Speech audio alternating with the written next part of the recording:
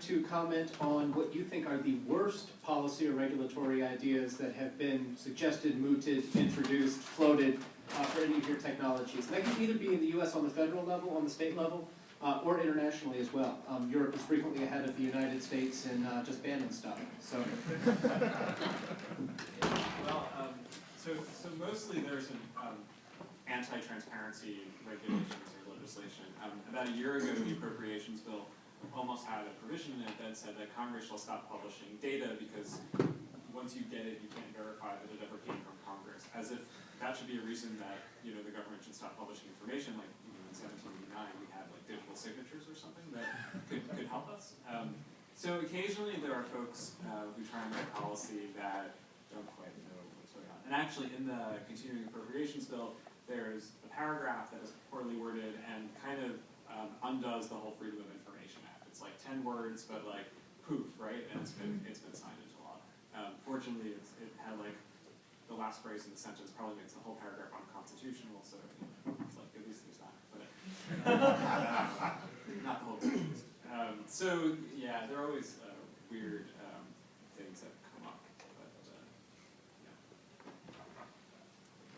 But I think that the reaction, especially at the state and local level, to stories last year about 3D printed firearms is a pretty solid example of pretty much exactly what I was talking about at the beginning, which is someone, and this isn't true for all of these bills.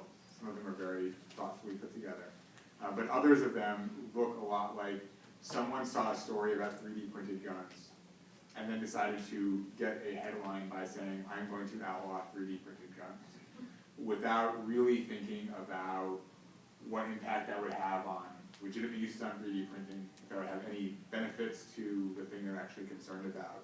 And it was a really weird moment to live through where there was just no thought at all except for sort of chasing a story about 3D printed guns. People couldn't really articulate what they were concerned about.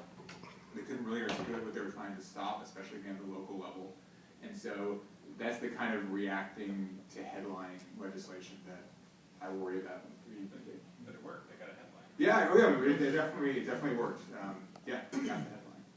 Not necessarily a positive headline, but a headline nonetheless. Yeah, I think it's similar to that, where especially when the Silk Road was still in operation, you had some members of Congress come out and grab some headlines by calling for a ban, well, calling for the Silk Road to be shut down and a ban on BitCoin because it had no uses but buying drugs online.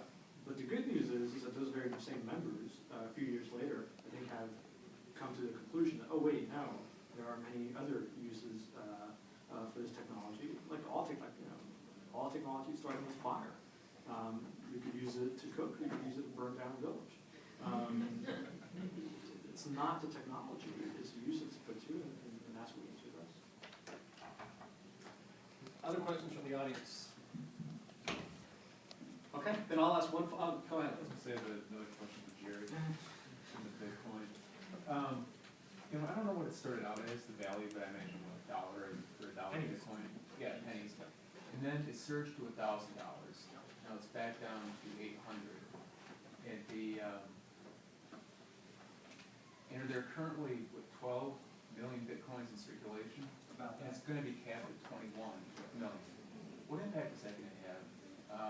Are we going to, well, I'll get the second question in a second, but can you address that? The second question is, should I invest in Bitcoin? So the question is, what impact does the cap have on? Or any inflation, Yeah, anything so- related to that? Can someone just cap it? Yes. So I'll start by saying that I can't answer your question because I'm not an economist. What you're asking is, look, Bitcoin is a deflationary currency. We know, and what I can tell you is that Bitcoin is absolutely capped at 21. We'll reach 21, close to 21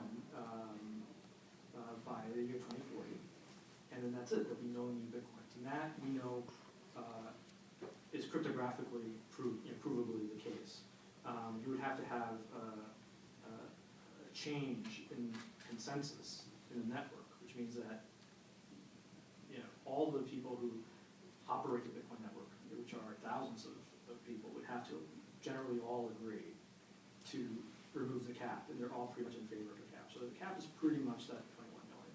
And what you're asking me is, hey, we've never had a deflationary currency before. I'll leave that to you. I'll give you a couple of references you can look up. George Stelgen has written about this. You can look up what he calls quasi-commodity money. And also Eli Dorado, who is my colleague at Mercatus, has written about this. Did you have another question?